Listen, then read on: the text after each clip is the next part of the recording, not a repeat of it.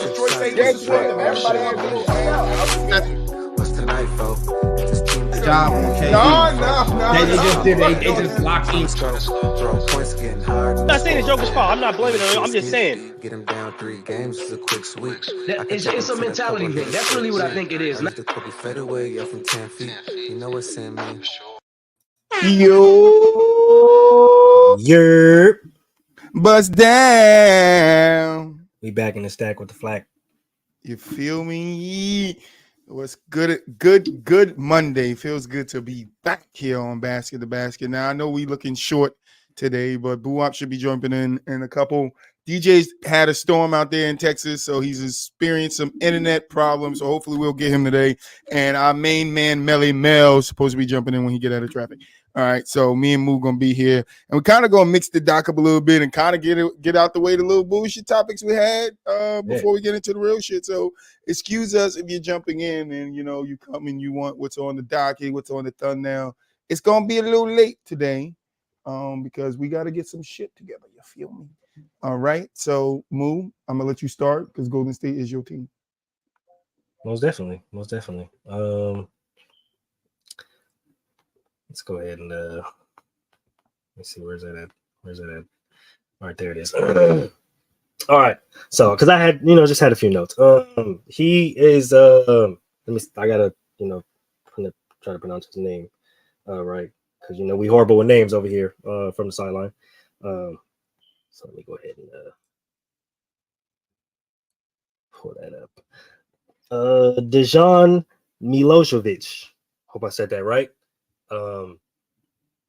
He unfortunately passed a few days ago. Really hit the team hard. There was reports that he was behind Kevin Looney's resurgence to rebounding. Really helped him, hone in on his rebound game. Not only him, but Otto Porter Jr. Juantas Connor Anderson, he's really big, working with GP2 as well. So he was just really known and really loved in the in that locker room and within that franchise. So it definitely sucks to see somebody so young, because he was only in his 40s go. I believe he leaves behind a wife and a child. So definitely condolences to his family and the Warriors organization. Yeah, condolences, man. I know it was surprising and came out of nowhere. You hate to see it. But yeah, condolences. Rest in peace, man. Did the Golden State come back and play yet? They just resumed practice today. Okay, so they got some games that got postponed. They're gonna get back into those, and then we should have them full blown. Maybe it helps. Players got some rest. Draymond might come back with a good attitude. Clay might have his second win. He might come back dropping 37. I'll say that for later. Fuck it. I'm not gonna save it till later. On this day, you feel me? I ain't even asked the question because I'm waiting for the boys to come so I can ask the question. But I'm gonna ask the question next, I guess. No, I got something else after this. But on this day, Kobe dropped 81. Mr. Moo tatted on his neck. You feel me? How'd you feel about Kobe's 81? Let's bring back a little bit of history. All right, most definitely. We can go take a stroll down memory lane a little bit. As being the notorious Laker hater that I am and was growing up, of course, seeing that was ultimate despair because my whole family was Laker fans. So just hearing about it over and over and over and over and over, it was just very, very annoying and aggravating. But that doesn't take away from the history that there was, right? Kobe being one of the ones to score the highest since Wilt at the time. So definitely a dope moment to see and witness. And him just really taking over the game and knowing that the spot that they were in, and taking over the game in that moment and really just commanding his greatness and solidifying his legacy or part of his legacy was just dope to see, even as a notorious Laker hater at the time. So definitely shout out to Kobe. Rest in peace. Yeah, shout out to Kobe. I remember that day he dropped that 81. Man, I think it was in high school. I forget what grade, but he was going crazy. They were going crazy. Kobe, that guy, man. I shot something the other day, and I forget what I said. And I said I missed it. I said, "Damn, I should have said Kobe." Now I should have said the right thing instead of the damn wrong thing. You feel me? Yeah. But also on this day, if we remember a little bit back, a couple of years ago, not too far long ago, down the road, Klay Thompson's 37 points in the one quarter, set a record, NBA record for that. Moo, you remember that day? I do. And let's just say that a lot of the Kings fans do not like me when I wear my Warriors jersey. But that's okay. I'm not really worried about it. I remember exactly where I was, and at the time, I was at a bar. I was actually at work, and all the Kings fans, they just, kind of were just sitting back, smiles on, and I'm just like, yeah, sure. You guys forget who we are and who this guy is. So I just sat back, and every single 3-pointer, they would look at me, and I would just be laughing. So then after all that, there was just an utter silence and despair over the bar. It was just the greatest time ever. So I'll never forget that day. It was great. Just to feel that energy get sucked out of the room that quick. Oh, it was beautiful. Yep, that's Klay for you. Hey, listen, I put this on the doc on this day because give me a little bit to tell you. Listen, I know Klay ain't, this Klay ain't no more, and you guys like to pick on Klay, but let's remember who Klay was. Okay, everybody gets old. All right, everybody gets some people get an injury and they never come back the same. Klay is in that category of coming back never the same.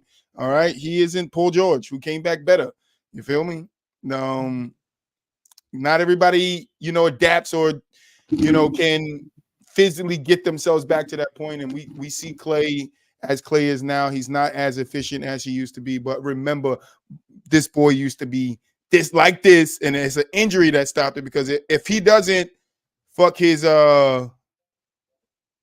if he doesn't fuck his legs up or his leg up, maybe Klay is still on that trajectory, still doing shit like this. What was it? 60 points, 3 dribbles. What was it, Moo? Yeah, shoot, 60 points, 3 dribbles, and people got to remember he had 30 points before he got hurt in that finals game against the Raptors. So yeah, it changed him, derailed him. Now y'all want to put him in a category of which I put Lakers, Westbrook. Did I say it right? I'm scared. I still said Brick. I don't even call him that, but that's what you guys call him. You call him Westbrook. But his name is Westbrook. I'll tell you guys, like I told the guy on Facebook, when Westbrook retire, he gonna find one of you motherfuckers. He gonna beat the shit. When he retires, people are gonna miss him. People are gonna miss his game, and that's the most, I think, annoying or disrespectful part about it, is seeing how his career went and still using his name to disrespect his game. Like, that's an MVP y'all talking about. Like let's relax, bro. Yes, it is. It's an MVP we are talking about. All right. In surprising news, which isn't so surprising, I guess, the Miami Heat has retired Udonis Haslam's jersey. It's not like anybody wanted to wear the number 40 anyway. Fuck.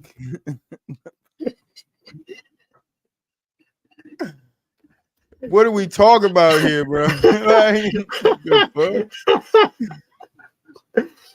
Oh shoot! I mean, you never know. Somebody might want to be out there in the 40 with the neck braids, bro. You feel me? Sitting on the bench trying to fight their own teammate. I don't want to hear that shit. Get no minutes. I don't want to hear that shit. You feel me? They're just like a court advisor. They're not a player advisor. He getting paid to mentor children. Like, I don't understand it. Not even mentor, bro. You get paid to bully niggas, bro. He getting paid to babysit the children. Like, I don't. You get paid to Debo everybody, bro. They retired the babysitter's jersey. I don't understand. You gonna do the nanny has they retired the nanny's out. Jersey. I don't understand. Fran has got her jersey retired. That boy Debo of the Miami Heat got his shit retired. Did they retire Zach Randolph's jersey? I don't think so. Like, fuck, he did more for the game than he done his ass. Nah, fuck that. I'm on his tight braid. His tight braid head. I can't even fuck this dude. Like, you talking about my man who braids come up to here? Right this here, nigga we just was talking about this like a couple of weeks ago about him saying that if he see KG and Paul Pierce, it's on. Like, come on, bro. You don't want that smoke, and now you're getting your jersey raised in the First of rafters. all, them niggas gonna jump you, bro. Like Like let's keep it real. Them niggas you know, gonna jump you if they see you in any grocery normally, store. normally you say, yeah, 10 years from now, people might not remember that guy. Nigga, a year down the road, people gonna walk in the stadium like, who's number 40? Oh, 40 I Haslam. fucking What know type of that last dude. name is that? You Haslam. You what? Udonis. That nigga said he That nigga a said the Greek grocery god? store Is shit is that getting Zeus's flipped, brother? bro. Dog, if they see you in the grocery store, Udonis Haslam, they're gonna hit you with a Lunchable. Okay, Yeah, it's With gonna all kind beat of your water ass up methods. right outside the motherfucking pre-sliced ham. Right in front of the goddamn frozen milk, bro. You want some They're gonna Jimmy whoop Dean's your breakfast ass. sausage, nigga? They got you. Fuck you mean? You came for sausage, egg, and cheese? You feel me? Jimmy They're gonna Dean hit you got with those the already packaged, nigga, on a with croissant. the sausage pancake sticks, boy. You're gonna get beat up with all of them sausage pancake sticks. Sorry, Ever we walk- got sidetracked because Udonis Haslam got his jersey retired. I don't know who's seen that shit coming, but I sure didn't. All right, I did not see a nigga named Udonis Haslam getting his jersey retired. I mean, when the Miami Heat released the script this week and they were talking about D Wade and his statue, I didn't go all the way down to the bottom and read that Udonis Haslam getting his jersey retired. That's my bad. I probably should have. Shit, they might as well give him a statue too. I mean, shit. Like Boo said, everybody deserves a statue, right? Right. Everybody deserves a statue, I guess. Yeah, man. You feel me? I'm still waiting for the Manu Ginobili Euro stepping statue. Man, we need that. Because I want a piece of that because I made it up. I said it first. We need that in San Antonio now. I said it first. It was last, or was it last week or 2 weeks ago? Last week, man. We need it. I said it. Troy said it. Where's the Manu Ginobili Euro stepping trophy, bro? I just want to see him catch one, a body going that way. You ain't even got to put a face on the body. Just had a body going that way. That's a dope ass statue. You feel me? Yep. But yeah. Are you happy for Udonis Haslam? I mean, I guess sure. I really don't know why. But fuck that dude. Like, I really don't get it. You know what I'm saying? Sure. Congratulations. You got your jersey retired for being a bully, I guess. But I mean, Alex is right.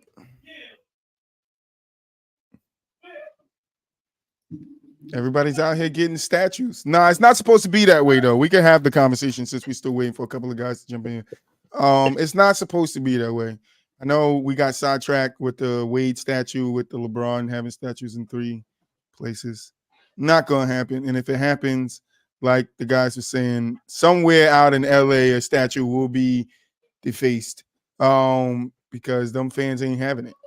All right. If you guys know, and if you don't know, you're about to know. There is an ongoing beef between Lakers fans and LeBron fans. All right. Because they don't accept that dude. But yeah, I think Wade deserves a statue. I would like to see Dirk Nowitzki get a statue. Definitely. I would like to see Dirk get a statue. You guys agree, Ron and Alex? I think Dirk deserves a statue. I'm just trying to figure out why somebody got their jersey number retired when they only averaged double figures 4 times in their career. He played all 82 every year because all he had to do was sit on the bench. I mean, bro. I mean, he said, I'm not leaving his number 40. Like, nobody wants to wear number 40. Bro, like, he played 4 games 1 year, but it's like, I really don't understand. Like, you didn't play. You were 39, bro. It's not like you were playing enough to get hurt. You played 1 year. They retired his jersey fast, too. Like, his name was it wasn't even Wade the second. Like, they ain't giving no thought. Like, yep, we got to retire his jersey. We can't pay him no more to sit on the bench. So the next best thing is to, does he get residuals off his jersey hanging? Like every time they show it on TV, they got to cut him a check. I honestly don't watch the next Heat game. If they cut to Udonis Haslam jersey, you know he getting paid. All right, because I don't know. But back to the statue thing, because I want to talk about it. I want to kind of go down the list. I do think Manu deserves one. I don't care what none of you niggas say. Hell yeah. Right? I think Manu definitely deserves a trophy. I'm giving Dirk a trophy. Does AI have one? I don't know. I don't think so. I would give AI one. Oh, I think AI definitely deserves one. I would definitely give AI a trophy. Who else would I give a trophy to? Maybe we should sit down one day for a segment and do 32 trophies. You can call 32 trophies where we 32 statues, sorry. 32 statues, and we can give a statue to one player on each franchise. Nash? What?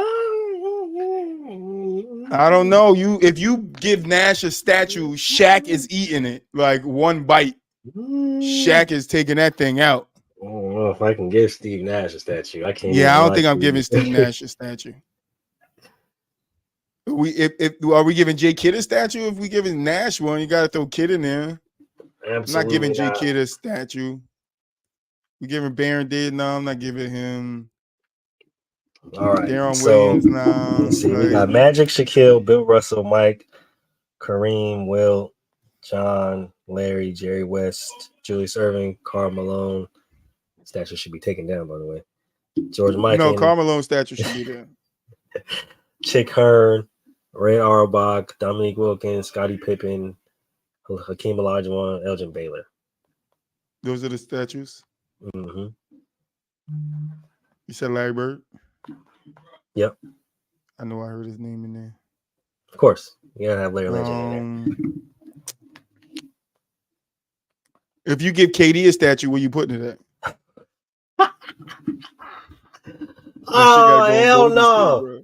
You know that move, it gotta go on Golden State. KD getting a statue and Golden State. When they make Curry statue, they gotta put Clay Draymond and they gotta put a little KD in the back. Bro, and it's crazy because he would be so mad about that. Yeah, you gotta put a little KD in the back, bro. He would be so mad about that. Well, you gotta put him there with 2 Finals MVPs, though. You gotta put him in the back with his 2 Finals MVPs. But you gotta have Curry in front of him, looking at him and looking back at him. Yeah, he said Curry looking back at him. That's fucked up. But damn, who else? Does Charles Barkley got a statue? Oh, nope. I will give Charles a statue. I would have him dressed up like Sir Charles. I will give Charles a statue. Dirk, AI. Yep, Charles, Dirk, AI. Kobe, of course. Duncan. I was thinking Tim. I was thinking Timmy. I wouldn't mind Timmy having a statue. Big fundamental. Yeah, because I mean, David Robinson ain't there. Like he don't got a statue there. So see, we're not talking coaches yet, but Pop would definitely get a statue. Oh, definitely, most definitely. Pop deserves a statue with his balls out. You feel me?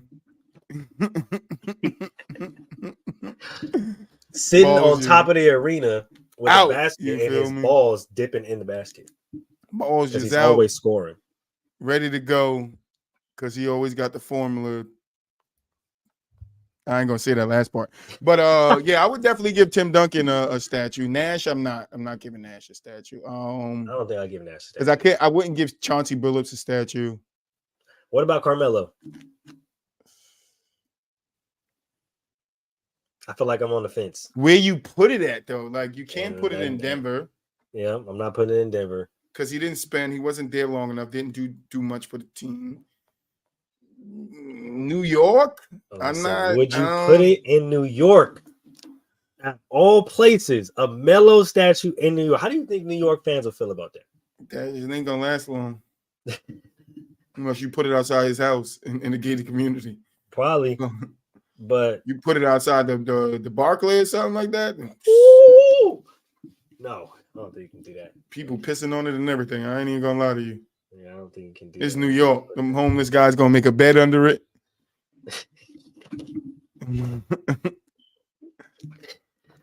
I don't know. I'm on the fence. I think. Oh, that's a. I feel like that's a good one, man. I feel like they might tinker with that one, right? Like he did. I don't think you could just pass it up, right? I feel like it might be a discussion. Yeah, I don't think. I don't think you can. I wouldn't give Kawhi a statue in Toronto. No. I'll probably give Vince Carter a statue in Toronto before I get Kawhi. Vince, well, yeah.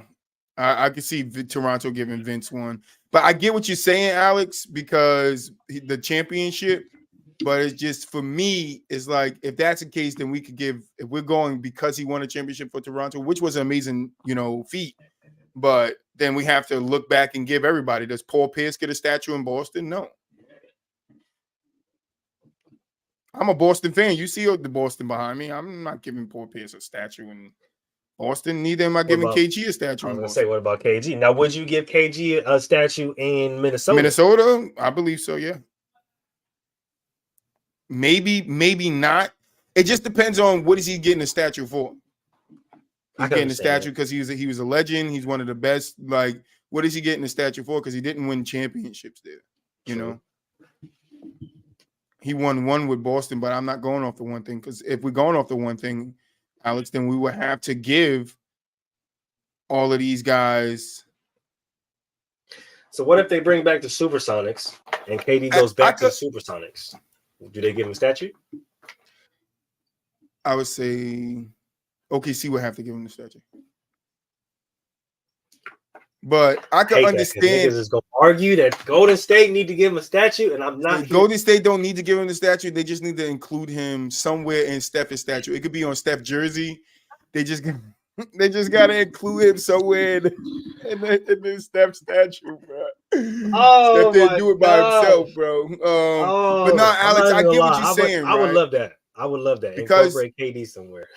Because Boston is already a legendary franchise, and you know they have a bunch of titles. I think tied or in second place for most championships, right? I think the Lakers have it by one, if I'm not mistaken. But to me, that's just nostalgia to be like, yeah, we're gonna give Kawhi the championship. I mean, a statue here because he won us a chip. Where I don't know, Melvin. I'm waiting for you to get your ass up here.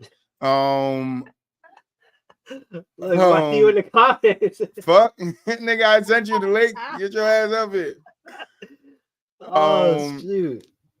But if Kawhi went back and like tried to defend, then maybe, you know, if he made it back to a finals and they lost, then maybe I could teeter on the idea of giving him a statue out there. But him going there as a rental, them already having a pretty good core in Siakam, Otto Ginobili, Van Vliet. I think it would have. Yeah, I just don't think they would. I don't think Toronto would. If I'm Toronto, I would give him a statue. I'm more with Mulic. I would give. He said the rain messing up traffic. I will give Vince Carter a statue in Toronto. Yeah, I'll give to Vince Carter one first. Do you think? Probably should ask Boo up this question when he gets here, but it's all good. Do you think Chicago gives Derrick Rose a statue? No, because he is loved amongst a lot of Chicagoans. He hasn't done enough for the no. I would be interested to ask amongst Chicagoans how they feel. Yeah, I don't think so. If Mel said Vince, hell no. Hell yeah. I said if we're giving somebody I don't think Vince deserves a statue. I'm with Mel. I don't think, but I don't think he does either. We were saying if Toronto was to give somebody one, they would give it to Vince Carter. Yeah, I think if they were to, yeah, it would have to be Vince Carter first. Hey Mel, do you think Steve Nash deserves a statue? I ain't gonna lie, Steve Nash is crazy. Oh my gosh, Steve Nash is wild because no. No, I'm not taking no damn Steve Nash. Who else? I don't know. Let me see. They should build a statue of Draymond punching somebody. Nah, if that's the case, Kwame Brown got to get one. DeRozan or Bosh? I don't know. Over Vince Carter? I don't know. Not over Vince Carter. No, I think if Toronto gives that, I'll still go Vince Carter. I would definitely go Vince Carter. Chris Bosh is a close second for me though. DeRozan is not even in the conversation. I wouldn't be mad at Bosh. Yeah, I wouldn't be mad at Bosh. But you said Nash, you would give Nash a statue? I don't know. I don't think I can Shaq is justify gonna that. two-bite that motherfucker. I don't think I can justify that. I'm not gonna lie to No, you can't. There's no way you could justify giving Nash a statue.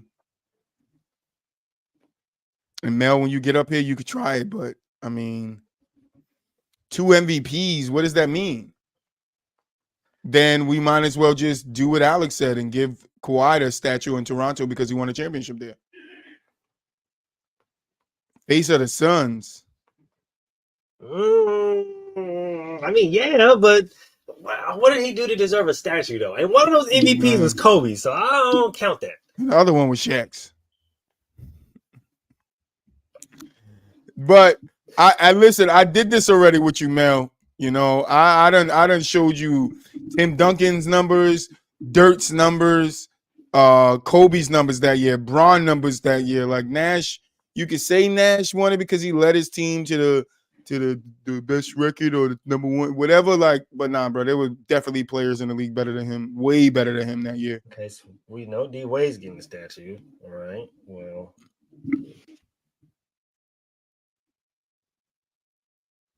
You said them shits in Nash living room. I don't give a shit. I don't give a shit where he put him at. Man, it don't matter where them Jones at. Lucky Kobe didn't come in there and take that motherfucker. Right. Kobe probably in that motherfucker knocking it over every chance he get. Man, this is mine. Nigga, knock that shit. Nigga, this is mine, motherfucker. My shit, nigga. The fuck I'm not giving Nash no damn statue. Would you give Reggie Miller one in Indiana?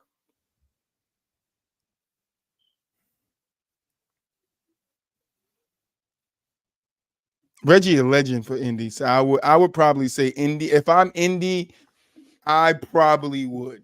I would probably be inclined to do it. I'm not gonna lie to you. Would you give Tracy McGrady a statue for the Rockets? Or the Magic? He played for the Magic first, right? Yeah, he did play for the Magic first, but it's at that point you got to think about which team he did more for. Mm-hmm. Damn, that's a tough one. I'm not gonna lie to you. I would probably be more inclined to give it to him in Houston, but to say that he's on par or to say that he would go with a team, I think would be the ultimate problem.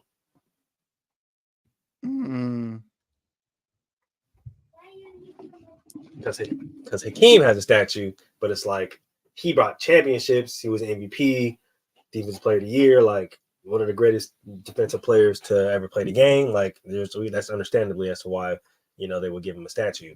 But as far as T-Mac, it's like, I mean, you did get your championship. Don't get me wrong, but you didn't get it with the Rockets, and you got your championship by not really doing anything. So, yeah. He said T-Mac wouldn't get socks from me. T-Mac would definitely get some socks from you because he's gonna take the ones off your feet. What you mean he wouldn't get no socks? Stop playing with T-Mac, Mel. He can't get no Nike Elite Jones real quick.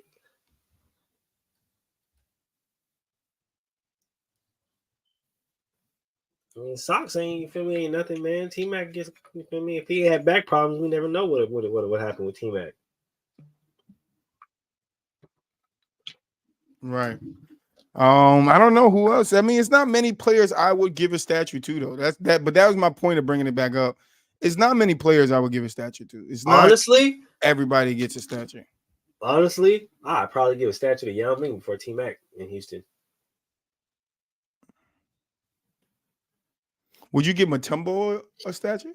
Oh, that's a good question. For the finger wave? With the finger wave, the nigga is saying no. I would. No on this statue? I ain't even gonna lie to you. Just for the finger wave, I would.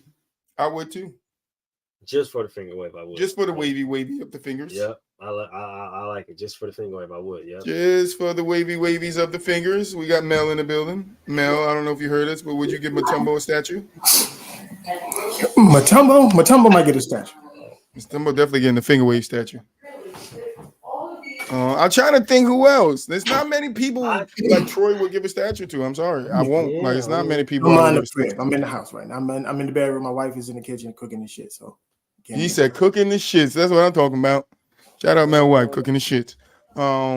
I don't know But who yeah, else it's I'd not. give a statue There's to. not many people I would give a statue to. Would you give a statue to? Because now we got to go over some names that we went. I don't know if you're listening. You give a statue to AI Mel? Oh, AI definitely get a statue. Yeah. Dirk Nowitzki.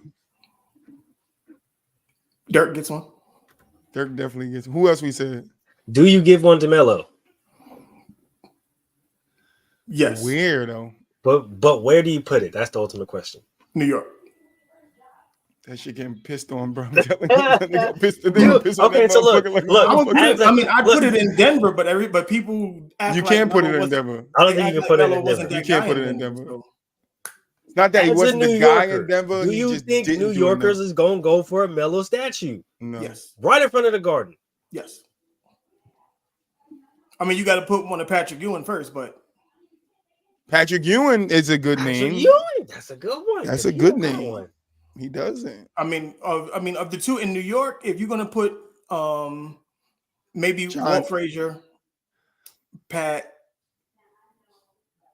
That's why I said Probably we should right have now. a segment. Melo. We got to move on because we're gonna have a segment of the 32 statues where we give a guy a statue from every team, or maybe two guys, maybe three. We have to discuss it when we go off air. But let's get down to some business, and I'm gonna start all over the place because we all over the place. Let's start with the Clippers in the wall. What the fuck? I thought I had a glass of you, but I That don't. boy Steve Ballmer, man. He What out there the as a big fuck? ass kid, and I ain't even gonna lie to you. I kind of like Remis. it. So apparently the Clippers are building a new stadium. Yep. It looks dope. And it's a dome or something like that. I don't know. It looked fire. But inside of their new stadium, they're going to have something called the wall. Now the Sponsored by Donald Trump. wall pertains to Clipper fans. If you are a Clipper fan, you can get a seat in the wall. If you are not, you will not be sitting there, motherfucker. Hey. You can't root for the opposing team in this section. You can't wear the opposing team jersey in this section. You can't do shit but love the Clippers in this section. Now I know some people are saying that it could cause a little problem because somebody paid for their seats already and they got it's a new arena. It starts all over, nigga. No, they tell you in the beginning, if you are not a Clipper fan, you don't buy tickets here. No, you buy tickets, but you just don't get in the wall. That's what I mean. But see, if let's say if you had tickets, like you had season tickets, right, for one of the seats that's in the wall, but you're not a Clippers fan, bro, you're not gonna throw on a Clippers jersey and root for the Clippers, bro, so you can sit there. Because I am. I don't give a fuck. Well, look, and I don't. But then you put on a Clipper. You put a Clipper jersey. I'm on. keeping my goddamn seat. Yeah. Right. Every time you see me, I'm a Boston fan and a Clippers jersey cheering on the Clippers. You're damn right. Yeah, I mean, just don't show up with the Boston jersey.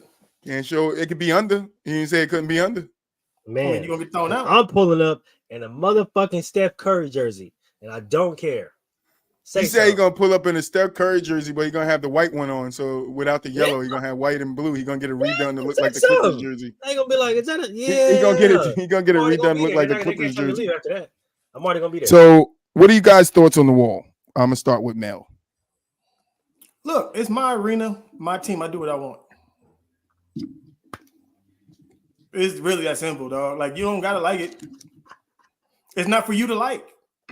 This is my team. He said this is for the fans. This Look, is for me. Look, look in Green Bay. Them people understand. Like when you on the wall and the team jump in, it is what it is. The Raiders got the black hole. Like this, you got to deal with it.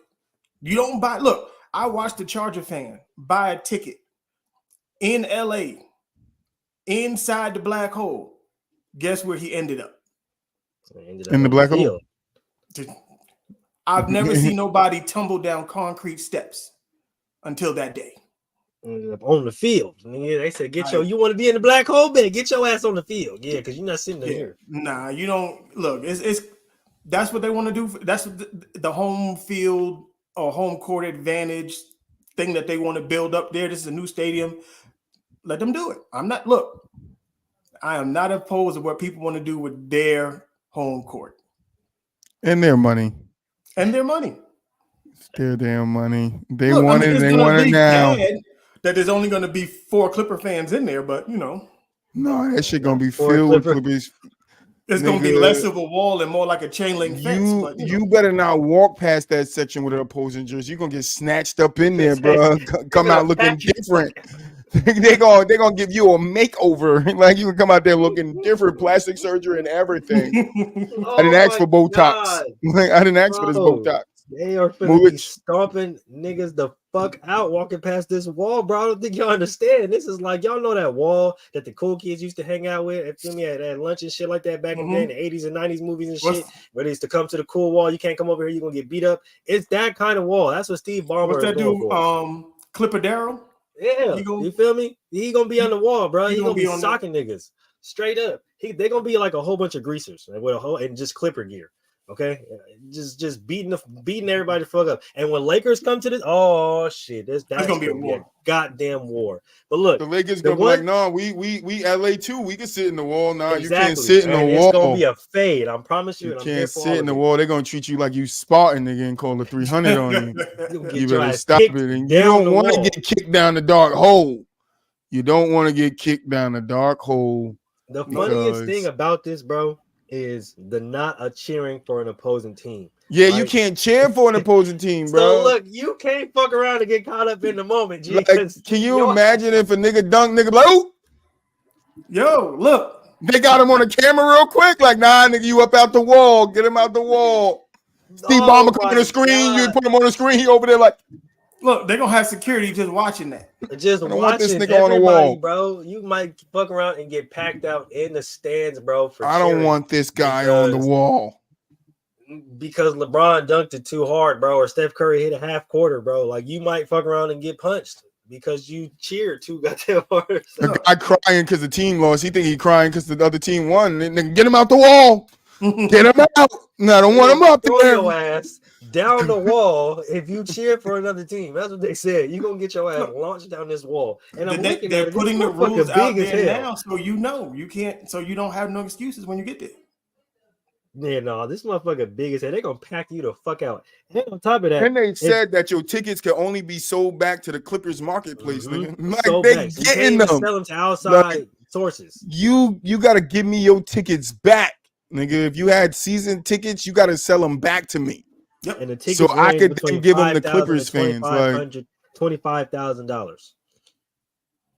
Look, there's only but 800 Clipper fans, so we got. No, it's not. It's more Clippers fans than Warriors fans. I personally don't know any Clippers fans. Oh no. I know. I see plenty of Clippers fans. There are Laker fans who can't afford Laker tickets who go to Clipper games. Hey, well, you're gonna have to do the same thing to get in the wall, nigga.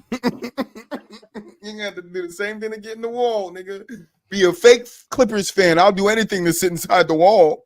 Let me get in there. You feel me? But yeah, I mean, I like the concept of the wall. I think Boston should they should do the leprechaun. That's what they should do. The leprechaun. They have this one circle and it's a leprechaun, and you can't sit in there unless you Boston fan. You feel Boston fan, nigga, you can get your ass beat. And then Miami should have the beach, right? They should have the beach, and you can't get in the beach unless you're the Miami fan. Nah, they gotta have a ring of fire because of the heat. There you go. And then Miami, the Magic, they just gotta have some stardust, nigga. They gotta call gold dust. You gotta be a wizard. You gotta be a wizard. He said you gotta do that because we got to watch the Wizards, so you can't even do that. They'd have the Wizards. I don't know, you got to think of something else. The Wizards, you got to come dressed as a Wizards again. They wizard. You can't get in the wizard tree. That's what they're gonna call it, the wizard tree. Can't get in the wizard tree without a wizard outfit. Right? Like now everybody just gonna go bonkers with this shit. Look at me, I'm a creative motherfucker, and I'm getting mad creative with this shit. Like you don't think the creative team and teams could be like, yo, we can go stupid with this. Hey man, shit. Hey, Magic coin or contact J.K. Rowling and ask her to do the collab with Hogwarts. This is Hogwarts. Our Spirit Second is Hogwarts, and we turn it. You feel me? There you go. Trying to tell you, you got some concepts, man. Now how many for the Knicks? You got the just Grizzlies. grab a whole bunch of black the Grizzlies. They call this shit the forest. You can't get in the forest if you're not a grizzly bear. Mm-hmm. You feel me? The Rockets, they call that shit. A bunch of They rocket. call Look, that shit. Make that shit up with NASA. They call that shit Rocket Man, nigga. burning out the fuse up here alone, type ass motherfuckers. You feel me?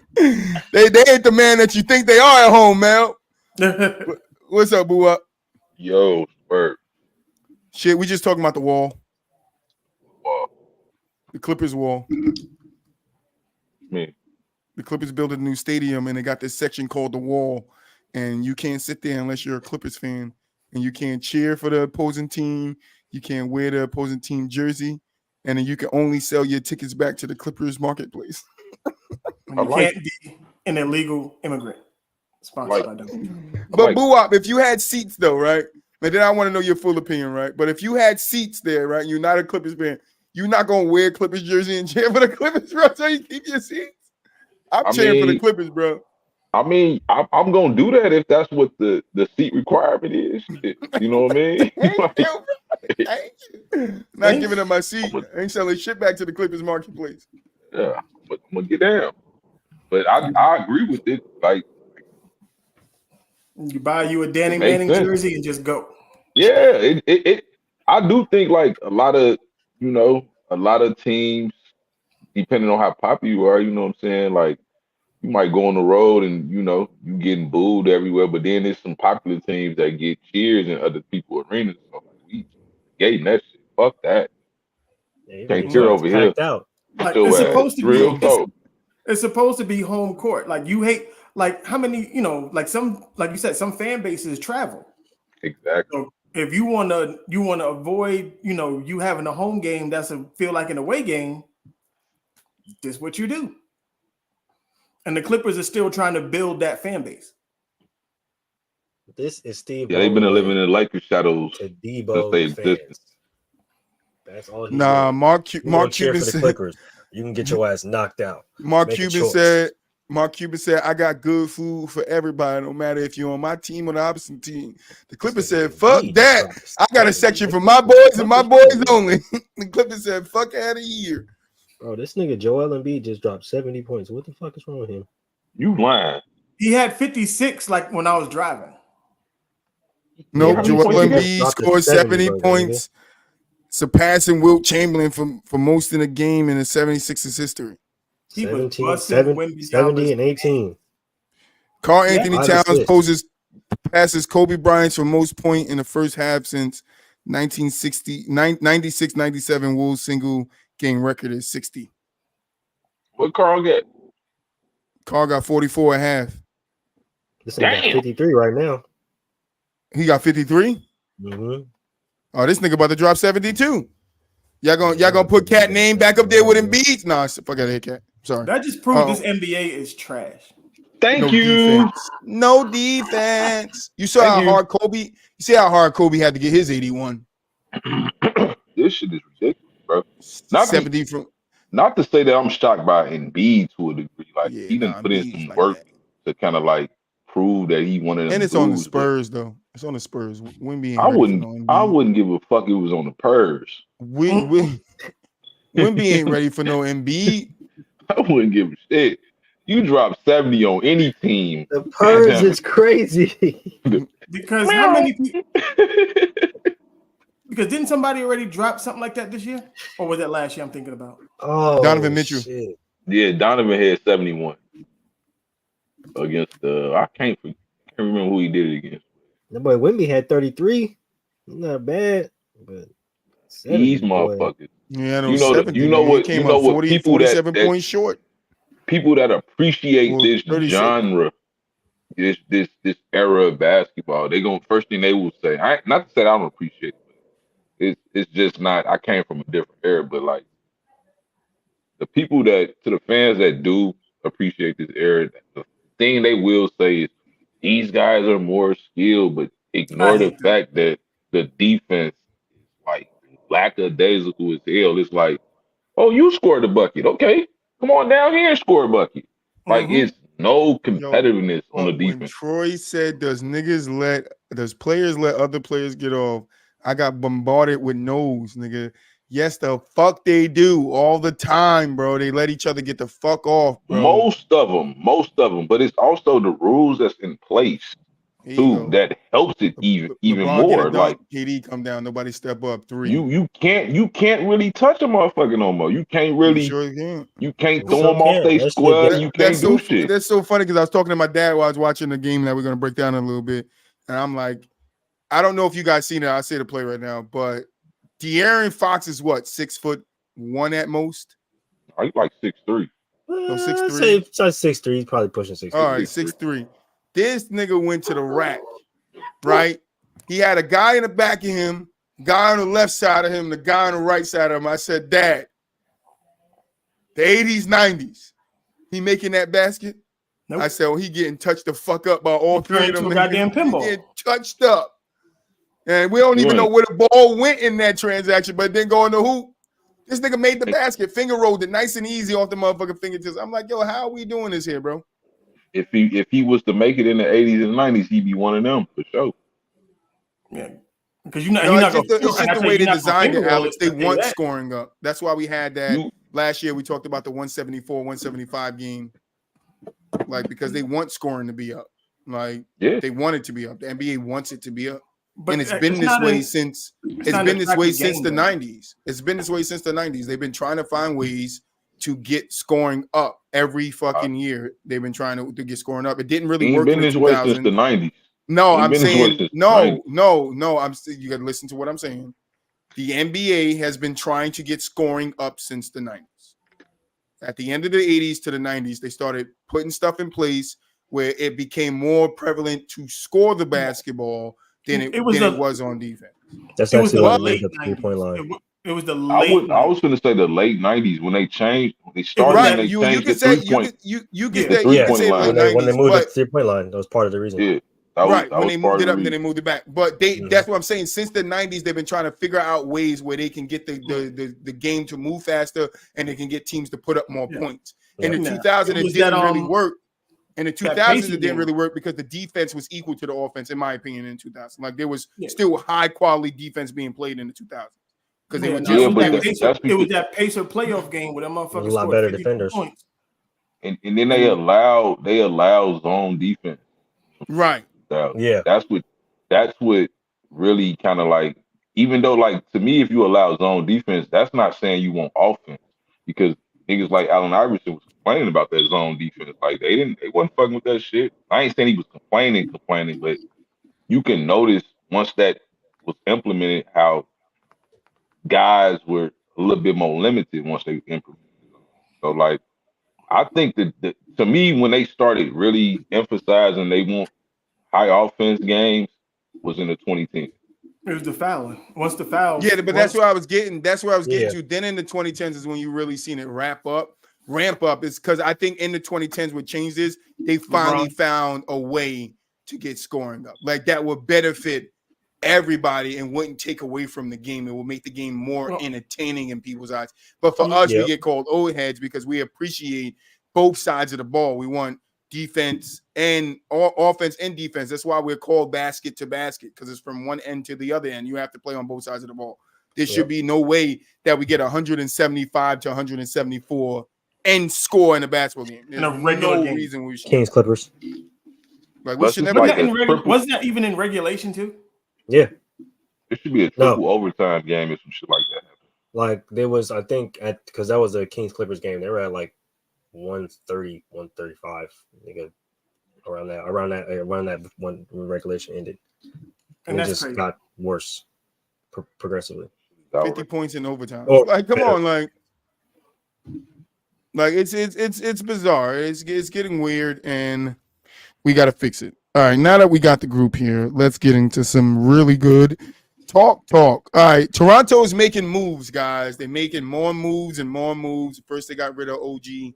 Now they're getting rid of Siakam, which we thought was going to be their franchise player after getting rid of Fred VanVleet. He should have been a franchise player. Right, true, but after they lost Fred, right? After they lost Fred VanVleet, I think you think Siakam will become the man, but I guess they wanted to go in a different direction than what they I mean, went they in. wanted to So completely rebuild. That's just right. what it was. Because you can't, as good as he is, you really can't build around him. Like he's not a number one option. Like that. Well, I mean, Masai just don't want to pay anybody. That's really it. Like he didn't want to pay Fred. He didn't want to pay Siakam. He's like, I'm not gonna pay y'all. Yeah, because as a GM, his job is not to be in the middle of the pack. His job Yep. is to be very good Mm-hmm. or very bad. That's Mm-hmm. his And job. his mentality was probably going into it was, well, we already got a championship. Like Kawhi came here and gave us a championship. So like Yeah. me having to pay y'all at this point is kind of my new point when I can literally start over if I want to.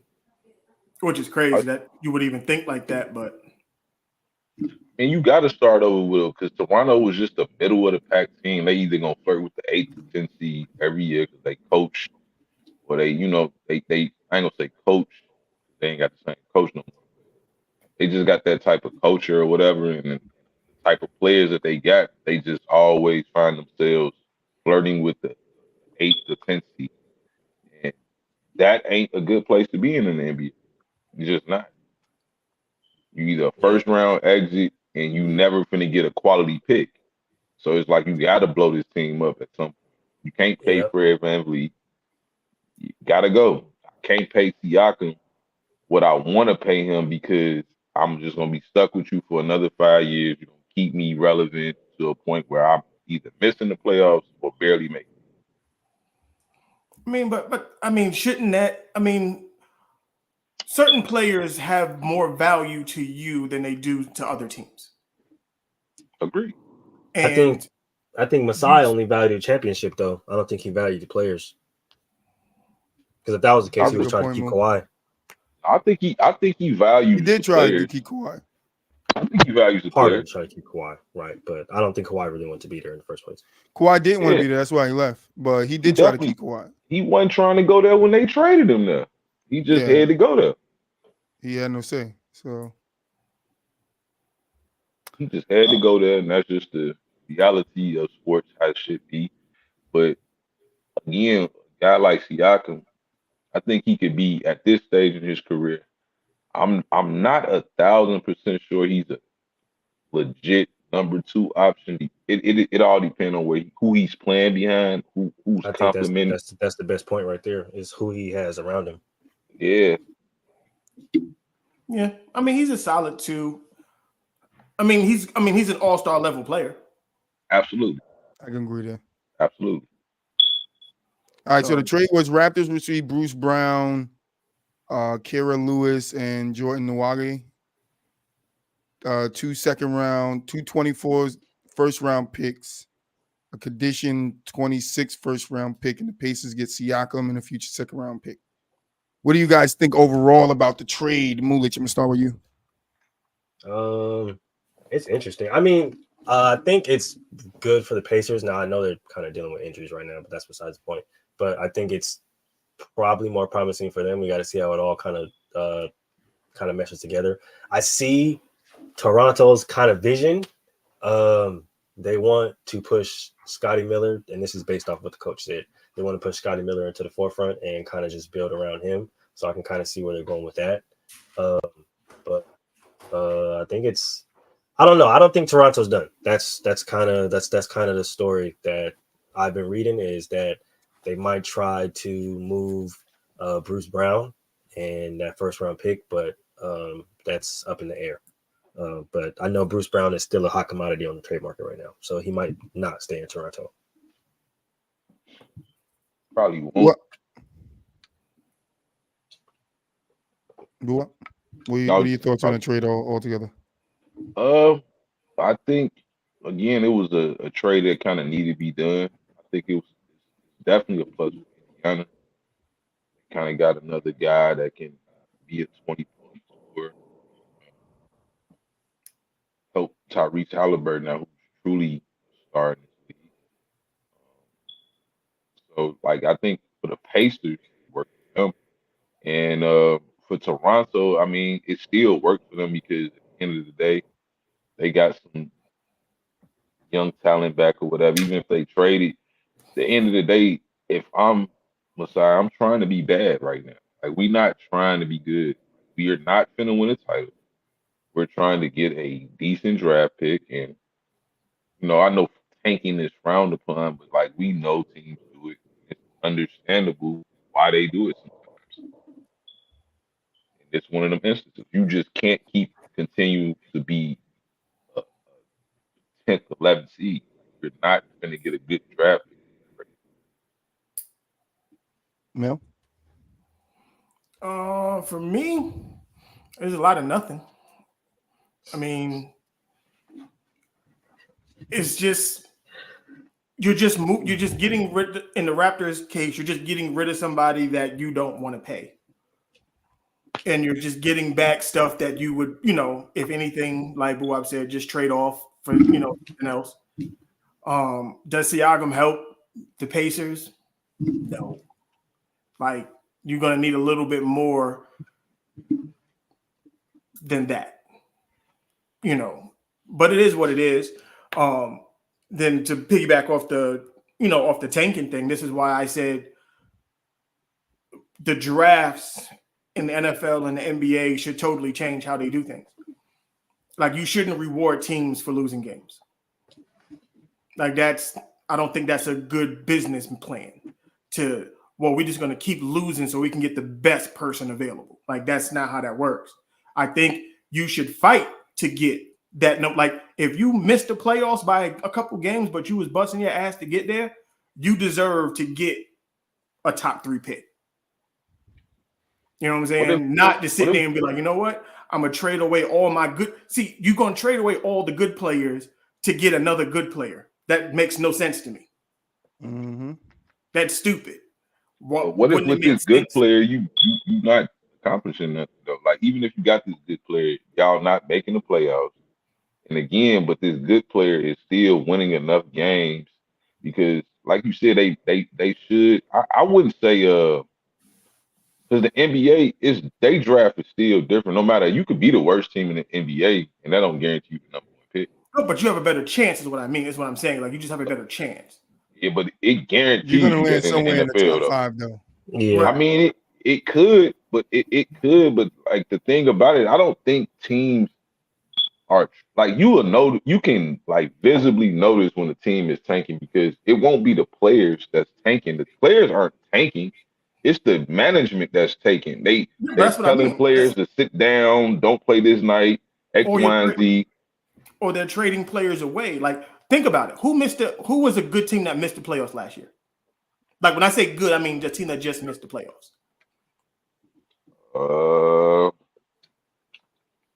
Only team I can think of is the Mavericks. Dallas, yeah. Okay. Yeah.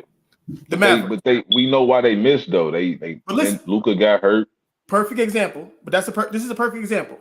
Imagine if the Mavericks had a chance to draft Wembanyama. Imagine that team with Wemby on I it. mean, that'd be crazy. I agree that would be crazy, but like what if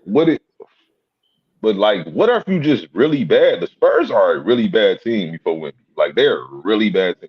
Yeah, but they're a really bad team with him too.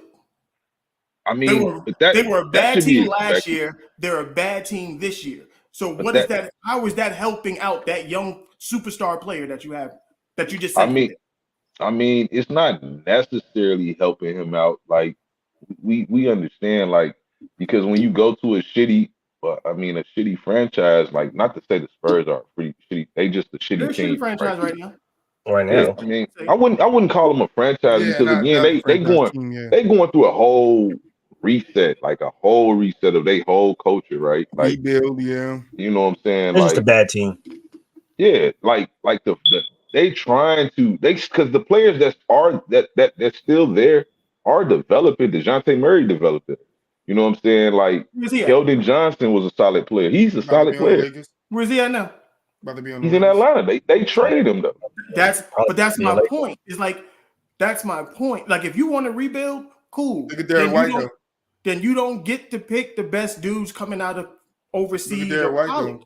Look at Derek White. The Suns definitely developed Derek White. You know what I'm saying? Like my thing is, If your goal is to rebuild, fine, cool. But these other teams are trying to win now, though.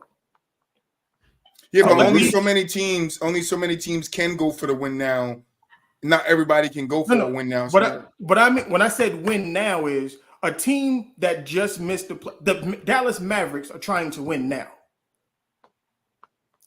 Allow them to get them they're a piece or two away. No, I agree with you that I understand your concept when you're saying that a bad team shouldn't get rewarded with a good player coming out of the draft because they're still But going why to be not, though? most likely a bad team Because next they're year. not because they're more than one Where- piece away from being Right. good. Whereas Because you a end up middle like of the Detroit. pack team, whereas a middle of the pack team, the Magics, that's always right there, can use somebody like a Wemby to get them over that hump and make them a contender, or turn a contender like Dallas into a finals. You know, like who's the point guard in Portland? The young kid, Scoot Henderson. Scoot. If he wasn't, imagine if he was on a team that could actually use him right now, instead of just wasting away in Portland. Well, I mean, But he I has been mean- playing a lot better, so Yeah, Well, he's been now hooping a little bit. He's been hooping a little bit, but he's playing a lot better. yeah, Better that's what I than mean. what Like he he's been started at. hooping. He's been hooping. I'm just still saying, like at the end of the day, like I think that the best players that's coming into the league should go to the worst team because that's traditionally how it's been done for the most part.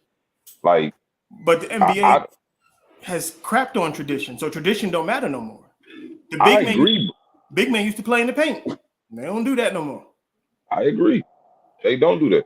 But I'm still saying, far as when They it ain't got comes to, positions either no more. I don't think they reward nobody because it's still a draft. You know what I'm saying? It's still a lottery. Like so Yeah, but why again, like can't if I was in a game, if it was the Magic in Toronto and we played the last game and whoever wins this game gets the last play-in spot.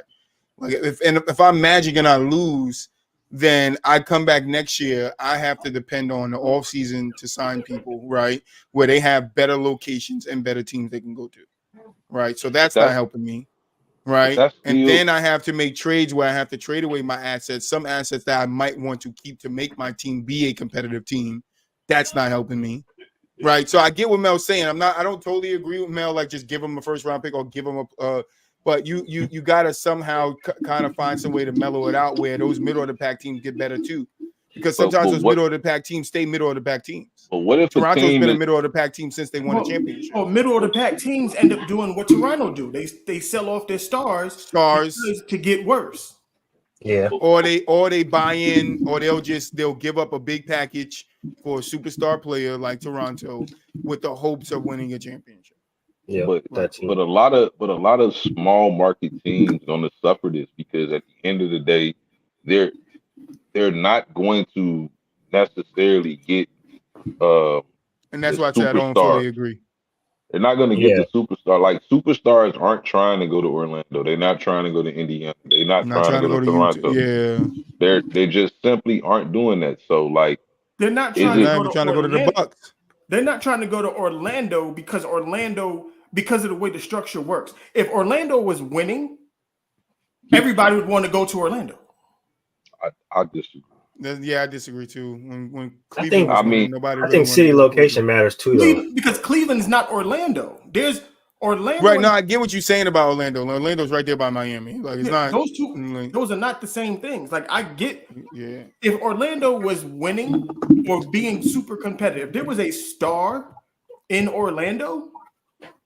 Oh no, that changes everything for them. Paulo, an up and coming startup. Up and coming, he's not a star. But he only been in the league. What, this is his second year? But Orlando's been fighting this fight for how long now? I mean, because they lost their franchise player though. They lost two franchise players. They lost Dwight. Then they lose Vucevic. Then they lose Aaron Gordon. Like nobody's trying to stay there and rebuild because after a couple of years you seeing ain't nothing happening, you're gonna leave. But that's the point that I'm trying to make. When those guys, when you're just hovering around 40 wins, 42 wins, and you just missed the playoffs and that you are missing just one guy. You need a star. You need that young thunderbolt that's going to catapult your team a little further. I agree, you do, but at the same time, we also do know this: like everybody that's drafted ain't gonna pan out to be what we expected No, them to be. it's So not. it I really ain't also gonna matter. disagree. But that's not the point. The point is that if And it there's doesn't a necessarily team, mean they're going to get the same opportunity too. So let's say if Wemby does go to Dallas, does he get the same opportunity he's going to get on the Spurs? No. Fuck we no. don't. No. You're missing the point of it all. The point No, but trying I'm to make- saying what I know I get your point, Mel. But what I'm saying is we have to factor that in too because that matters. Because it doesn't matter if Dallas gets Wemby; they have to use Wemby in a way that's going to make them championship contenders. It's not just about getting the player. I know that. Right, but that's what I'm saying. Like, yeah, Dallas could use a player like Wemby, but we don't know how Wemby pan out with a ball dominant player like Luka. Because Kyrie. No, 100%. But And you Kyrie can. hurt. But you have to understand even on the other side of it. Let's go worst case scenario where we've seen young players go to shitty teams and they don't, and everything gets thrown on their back and they collapse because it's too much weight. Maybe the first couple years they need a dude who's already an established superstar so that they can grow into the NBA. But Mel, you know we got players like Tatum that was fortunate to go to a team like Boston. You know what I'm saying? He was able to grow into his role. Yeah, but that was due to Boston making prior trades and getting that pick. Yeah, it wasn't like that's why the trade market is important. Like sometimes you get situations where you can luck up like a Tatum and get to a situation that's already kind of built where you kind of be the missing piece. Just imagine if the Detroit Pistons would have took Melo. Right, like that's what I'm saying. It was like there's so much. I'm not saying it's not an exact science. All I'm just saying is for these young kids who probably come from winning college programs or winning programs overseas, and then you thrust them into a situation where they're consistently losing. The confidence that they used to have, all of the things that made them who they are, they start to lose it little by little. I agree. They can, but that is still.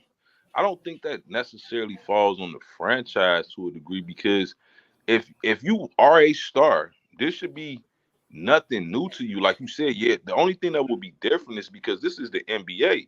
It's not high school no more. It's not college no more. Right. Motherfuckers out here getting this check. And motherfuckers got deals and extensions and shit coming up. Like, so it ain't the same thing no more. This is grown man basketball now. So yeah, but losing is losing. When you a young player, you might come to a shitty situation, but at the same time, this is your team. We giving you. I forgot who it was that said it. And was like, "Yo, I'm just tired of this shit because they're not like I'm not used to losing." And he's like, "I'm just tired. Like he's like, I hate coming into the locker room. I hate coming in like because this is not what I'm used to." I think you're talking about John Wall too. It starts to beat up on these young kids because you got to think they played in AAU basketball where they was on super teams where they was winning championships and tournaments and yada yada yada. They go to a Kentucky and they don't lose, or they go to one of these big schools in college, or they play overseas and they've been winning championships since they were 16, 17 years old overseas, and then they come in and they got to play for the fucking Orlando Magic and they win in 11 games. Yeah, you getting the money, but then you look at like, why am I playing though? If I'm going out here to get blown off the court. I mean, I feel you, but again, it's like if you're a young player coming into the league or thinking you finna get drafted or whatever, you should already know you finna go to a shitty franchise more than likely. Like your mindset has to change at that point. Like if I'm one of the best players in the world in college, I already know I'm planning on going to the NBA. My mind has to kind of like start preparing for, what I'm saying, the ultimate, which is I'm finna go to a shitty franchise. But but think about it.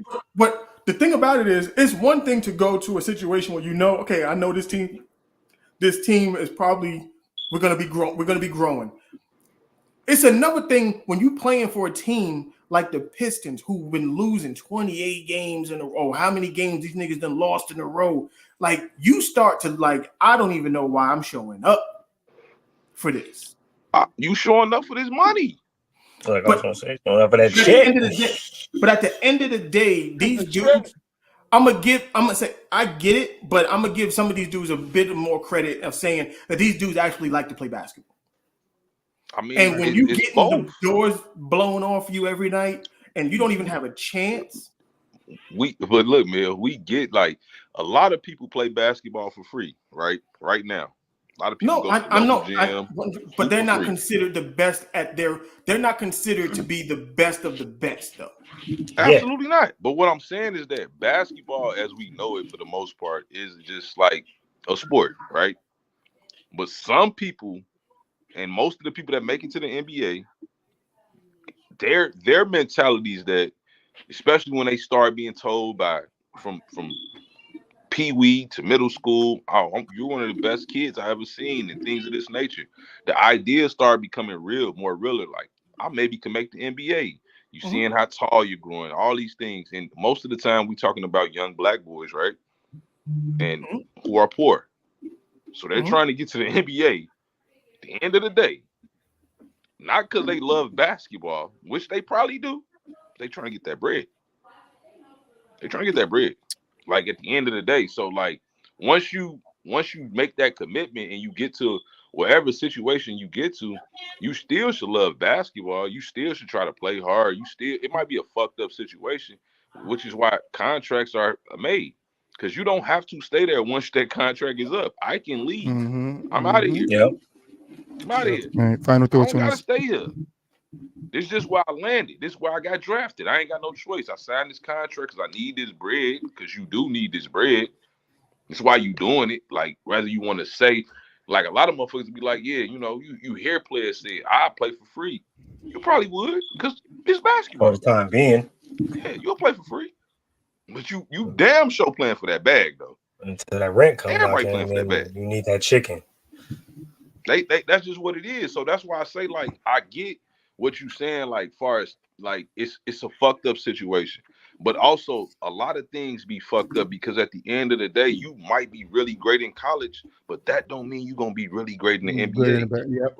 No. I'm not saying you're gonna be great. What I'm saying is those kids would be better off suited to helping out a middle of the road team than a bottom of the barrel team. I agree. True. I wouldn't disagree with you on that part. They would probably be more fortunate, you know what I'm saying, where they come to a situation where it's not on them day one. Yeah, they probably would be more fortunate. But at the same time, Ben Simmons still probably act like he got some common sense if he didn't have to, hold the weight of Philly on his shoulders. Some people but he didn't though, because Embiid started that year. No. He started that year, but Ben Simmons was brought in to be that, because all of the comparisons came. Well, he's gonna be the next LeBron. He's gonna be this. Da da da da da da da da. And then they put him in Philly. Oh, well, you got Embiid. You got this person. This team should be X, Y, and Z. And maybe mentally he weren't ready for that. Well, to an extent, they was. I mean, maybe mentally he wasn't ready. In general, I don't care if he went to Philly or whatever, but like mentally, I don't think he just, like, all the reports that I hear from Ben Simmons is that he's never truly been a hard worker.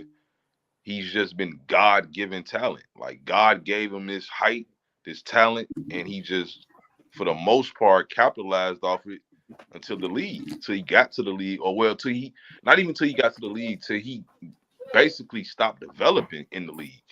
Because that's what you have to do as a young player. You have to keep developing your game, have to keep making yourself a commodity in this league. And he stopped doing that for whatever reason. Have to be able to. Sometimes some people just need the ability, need the time to grow and grow into the league. And I guess the biggest part is, for me, and then like Troy said, we can move on.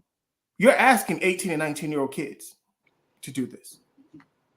It's not like back in the day when dudes was coming out of, they was 3-4 years in college and then going into the NBA. You're asking kids that are who were in high school just 2 years ago, and some of these kids they're not built like the Kevin Garnett's, the Kobe's. They're not built like those guys.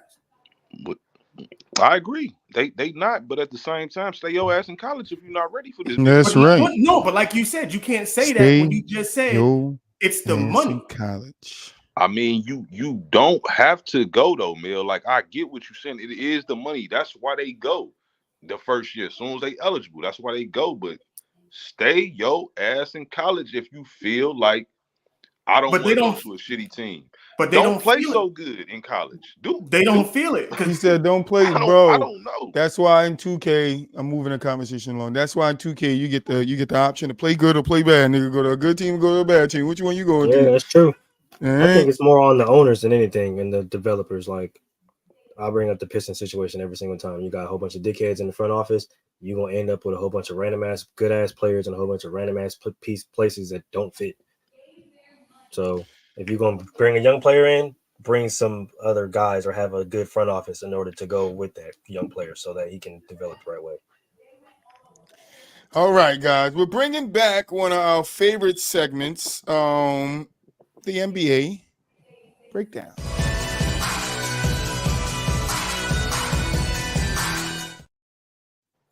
Feels good to be back doing this shit, man. All right, so today we got a recent game. I know when we were doing this before, we're going to get back to the old school games, but this year round, we're going to mix some fresh games in here, some this season games into our NBA breakdowns instead of just doing all old school games. So the game that we picked this week was the Suns versus Kings last Tuesday, where it was an amazing fucking game. Not going to start this time. All right. Moo, you going to start this time. What was your keys to the game, your breakdown of this game? First, as watching this game, a few things kind of stuck out to me. Number one, the Kings' problems throughout the whole season haven't changed, and unless they do something about it, it's probably going to be a long second half of the season. So that's definitely going to have to change, meaning defense and free throws. They got to start hitting the free throws, and they got to start playing better defense without fouling. That's one thing that kind of stuck out to me, was that their problems are still persistent. Even though they started off really the whole game controlling the game, like I said, the same problems persist every single time you look at it in the second half or fourth quarter. They kind of start to unfold, right? Offense starts to take bad shots. They start to foul unnecessarily, and they start to turn the ball over a lot more. Now, this happened literally with the 6 minutes left in the fourth, and you literally just seen the same mistakes unfold as to the reason why, first and foremost, they were on a 3-game losing streak at that point. But just you see the struggles, and you can see how different the team is compared to last year. So for me, that's what I was really focused on, to see what exactly are they doing to kind of fix the struggles that they had going into this game, and how are they going to change it? And they really didn't change it at all. Even though De'Aaron had a good game, Sabonis had a good game. It's just you've seen the defensive change to where Frank Vogel and the Phoenix Suns kind of shifted and started to go towards pressuring Sabonis more to get more bad passes. Started to pressure the 3-point line more to try to get them to go toward the basket more. Even though the Kings are a good down the hill attack the basket team, that was more of the Phoenix Suns game plan, because they wanted to get him off the 3-point line and get him more into the paint, which actually helped a lot, because the Kings aren't good at making their free throws in games, especially in the fourth and third quarter. So it was a really solid game plan by them. I know that, we had a whole bunch of offensive people, KD, Grayson Allen, Booker. They started to pick it up in the fourth. But for me, that's really what I was focusing on, more of the Kings' miscues and were they going to do anything to correct those mistakes, and they didn't. It really unfolded in the second half like it always does. What? You said me? Mm-hmm. I just think the fourth quarter collapsed for the most part.